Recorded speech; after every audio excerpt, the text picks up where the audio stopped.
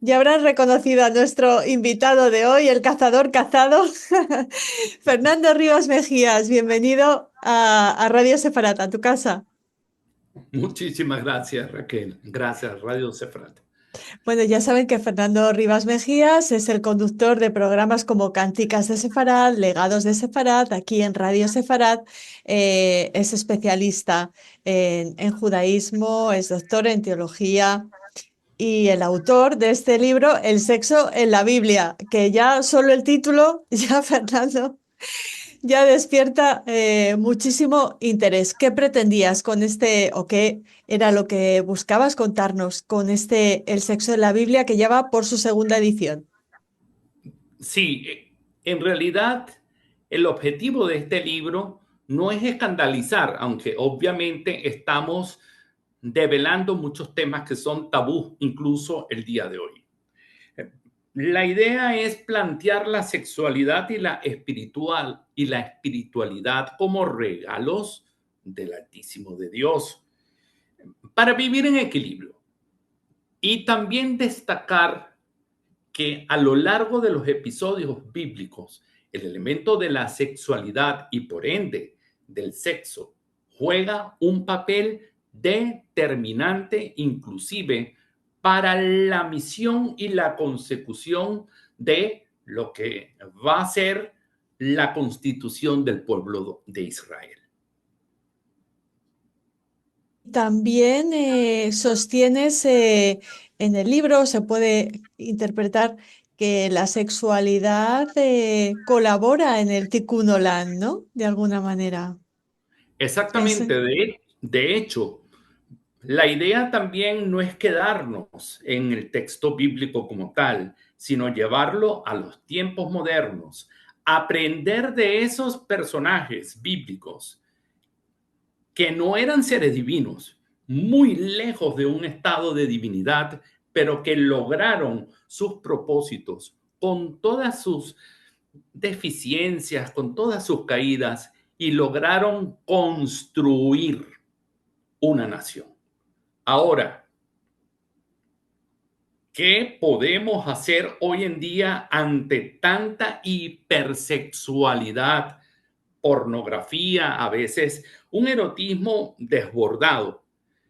Y por otra parte, unas corrientes que ante esto van por lo contrario, por cerrarse, por no hablar de esos temas. El planteamiento es educar desde el hogar a los más pequeños y ver el sexo como una parte fundamental en la vida. No pretendo hacer de esto un libro ni demostrar que la Biblia sea un manual de sexología, nada que ver, pero sí demostrar a través de muchos personajes que son fundamentales el rol de la sexualidad, del amor en el matrimonio, siempre hablando dentro de un entorno incluso del matrimonio, pero donde nos vamos a encontrar temas tabús incluso, como son hoy onanismo, homosexualidad, prostitución, etcétera. Entonces, esa es parte, pues, de lo que yo he querido, no quedarme en la exégesis, sino cómo plantearlo hermenéuticamente, es decir, en nuestros tiempos modernos, en Barcelona, en Madrid, en Caracas, en Nueva York. y sin juzgarlo desde nuestra contemporaneidad, ¿no? Exactamente, sí. Fernando, hablábamos de sexualidad. ¿Qué conexión tiene la sexualidad con la espiritualidad? La conexión, bueno, parte desde el mismo hecho del primer mandato bíblico que vemos en Bereshit, multiplicaros. Es decir, ya, si es por eso, el primer mandamiento, la primera mitzvah, es multiplicarnos. ¿Y cómo nos multiplicamos? A través del encuentro del varón, de la hembra y del acto sexual. Pero para eso debemos construir, para eso debemos educarnos. ¿Por qué? Porque no podemos caer en el hecho de ser animales. Yo digo claramente en el libro de que somos seres espirituales, pero también somos cuerpo y espíritu unido. Al contrario de lo que mucha gente ha pretendido, separar cuerpo y espíritu o alma, ambos están integrados y lo vemos perfectamente en un poema de erotismo magno como el Shir HaShirim o el Cantar de los Cantares, donde el erotismo, la sexualidad, el amor, el gustarse de una pareja está allí como parte de una obra, como parte de un mandamiento que agrada a Dios, y eso es lo más importante, y nos agrada a nosotros. Es decir, separar esa etiqueta de pecado, de malo, de no hablemos, sino simplemente darle el nombre que es. Podemos usar las alegorías, obviamente. En la Biblia se habla mucho de alegorías en Cantar de los Cantares. Por ejemplo, los miembros, los órganos sexuales tienen nombres de frutas, como por ejemplo dátiles, o los senos de una mujer se comparan con los de una gacela, como gacela que corre en la pradera. Entonces, vean ustedes que incluso los textos bíblicos nos hablan con poesía, no con ese lenguaje tampoco tan fuerte, pero dejando la evidencia de lo que es. Es decir, podemos llamar a las cosas por su nombre, al órgano sexual como pene, o podemos también usar alegorías de manera de hacer del amor también una parte hermosa. Lo que sí tampoco es caer en el disfraz.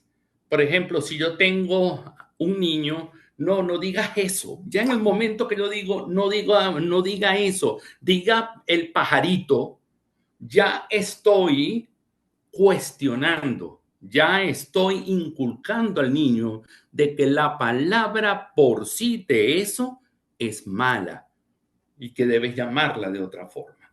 Entonces, el problema es que es un tema que parte del hogar, que parte de la educación. Fernando, y me imagino que también em, se in- s- lo que nos llega a pensar o conectar sexo con pecado tiene que ver más con la interpretación que eh, con la propia Biblia, con la propia Torá, ¿no?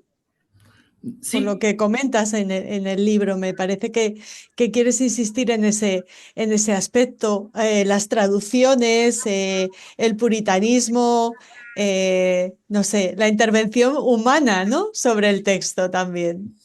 sí, por ejemplo, te pongo el caso de Tamar con Onán. Eh, Aquí vemos un problema que se va a ir presentando, que es el levirato. Ya hoy en día el levirato como tal no existe, pero sirvió en una época para dar seguridad a la mujer que quedaba sola por quedar viuda. Pero aquí vemos un comportamiento egoísta de parte de Onán que no quiere que su nueva esposa tenga una gestación. Es decir, no quiere tener hijos con él. ¿Qué es lo que hace? Apela a lo que conocemos hoy en día como coitus interruptus. por tema de traducción principalmente del mundo cristiano. Ya al traducir los textos del hebreo al latín o al griego, yo ya empiezo a veces a manipular y a querer cambiar en función de la filosofía o en función de mi interés religioso. Dentro de la concepción cristiana siempre se ha denominado onanismo como la condenación a la masturbación. Y por lo tanto hay una deformación, porque no es Onán que se estaba masturbando, era un acto egoísta de no querer consumir el acto amatorio con quien es su mujer. Y es por eso que Dios lo castiga con la muerte. ¿Cuál es la Ahí, interpretación o el interés por el lado cristiano? El lado cristiano exalta un hombre espiritual separado del cuerpo. Y si el hombre logra separar la carne del espíritu, se eleva espiritualmente más. Es decir, es un hombre perfecto. Y por lo tanto, deja la opción del celibato. Lo dice claramente el apóstol Pablo. Hay la opción de el hombre casado y el hombre célibe. Esto dentro del judaísmo no es una forma de vida. ujú, Obviamente se han visto el caso en un tiempo principalmente en la época de los profetas que vivían célibes, ujú. pero no es una práctica común del judaísmo. Mientras que en el cristianismo sí se materializa esto del hombre célibe. Si tú eres célibe y tienes necesidad de índole sexual, no te toques. No Ujú. empieces a manipularte allí, porque entonces el hombre espiritual se vuelve carnal. Y Fernando, denomina esto ujú, masturbación. ujú. ¿Y cómo se entiende la homosexualidad femenina en la que no hay una intervención de ese semen sagrado, consagrado a la fecundidad? ¿Y cómo es la sexualidad de las mujeres en la Biblia? ¿Cómo se nos muestra las mujeres judías y las que no lo son? Bueno, el punto es bien interesante porque aunque en Baikra sí vemos una referencia a un cuestionamiento del hombre homosexual, en la Torá en ningún momento se menciona y por lo tanto se cuestiona la homosexualidad entre mujeres. Muy probablemente por ese tema del cual tú me estás tocando, que es el del semen como un elemento sagrado que no debe desperdiciarse. Por lo tanto, el tema de la homosexualidad entre mujeres, tanto exegéticamente como hermenéuticamente hablando, no está cuestionado. Con respecto al tema de las mujeres, nos vamos a encontrar con que las principales promotoras y defensoras del pueblo de Israel van a ser mujeres extranjeras. Tenemos los casos de Esther, tenemos el caso de Ruth, tenemos el caso de Tamar, de Rahab, que es una prostituta. Y vamos a ver cómo incluso la sensualidad, la invitación al encuentro sexual de estas mujeres hacia el hombre logra materializar muchos propósitos que a la final van a ser bendecidos o se van a traducir en bendiciones. Está el caso, por ejemplo, de Tamar, que tuvo que, bueno, pelear para exigir lo que a ella le correspondía, incluso ante Judá y su comunidad, dejarlo prácticamente que al descubierto. Vemos ese caso, también tenemos el caso de Rahab, como mencioné, quien fue una soldada prácticamente del pueblo de Israel. Y bueno, muchos casos que yo menciono que van a darle la razón a por qué la mujer apeló a esta herramienta tan valiosa que pone incluso a reyes a sus pies. Fernando, ¿has buscado ser más onírico, más poético o más explícito al escribir este libro?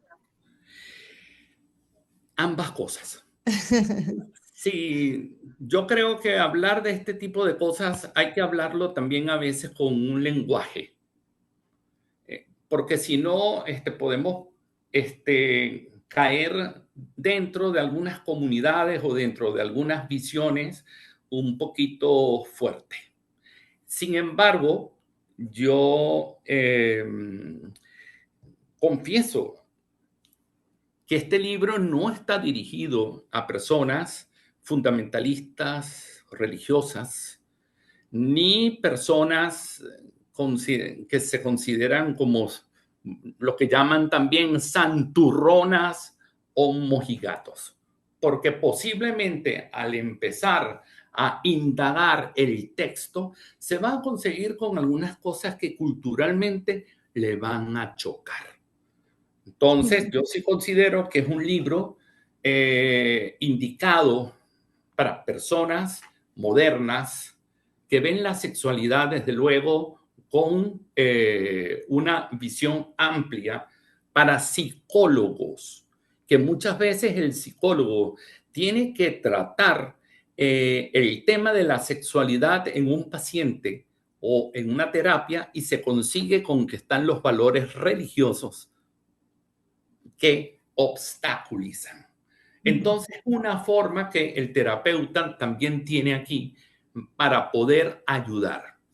Y desde luego, pues en todas las personas que son estudiosas de las Sagradas Escrituras y que la quieren aplicar dentro de los tiempos modernos, bienvenido a este libro.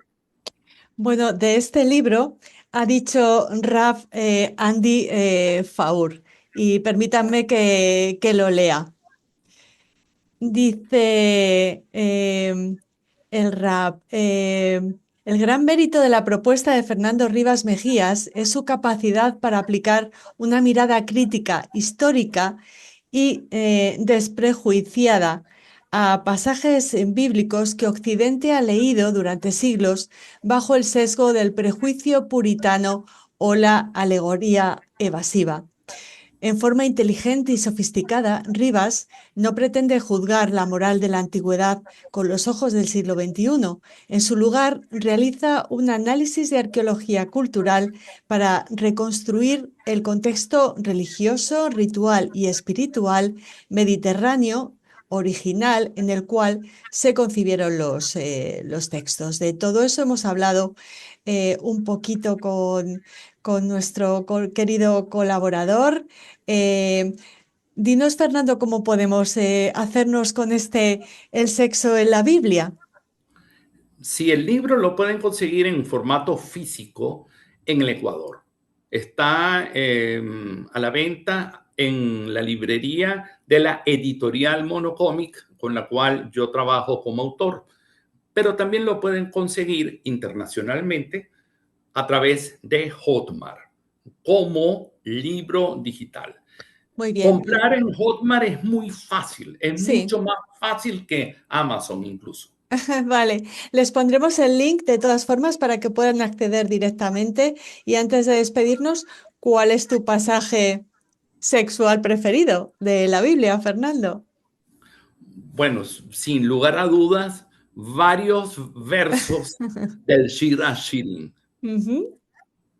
¿Nos quieres decir uno o no? O invitamos a los oyentes a que lean El Cantar de los Cantares y el sexo en la Biblia. de Sí, bueno, Fernando yo te Rivas mencioné Mejías. uno que a mí me encanta, que es el de tus pechos son como dos palm son como dos, ¿cómo que se llama? Dátiles, Dátiles, dátiles. Ujú. exactamente. Igual que esa metáfora de comparar el cuerpo de la mujer con una palmira, O los senos con las gacelas, ¿no? con las gacelas, exactamente. Me parece, en verdad, algo hermoso y que no debería perderse. Pues te agradecemos muchísimo, Fernando, que nos hayas presentado el sexo en la Biblia, que nos va a ayudar tanto a acercarnos a este texto, eh, muy espiritual, por supuesto, pero también muy humano. Gracias. Muchísimas gracias, Raquel, y a toda Radio Sefarat. Gracias.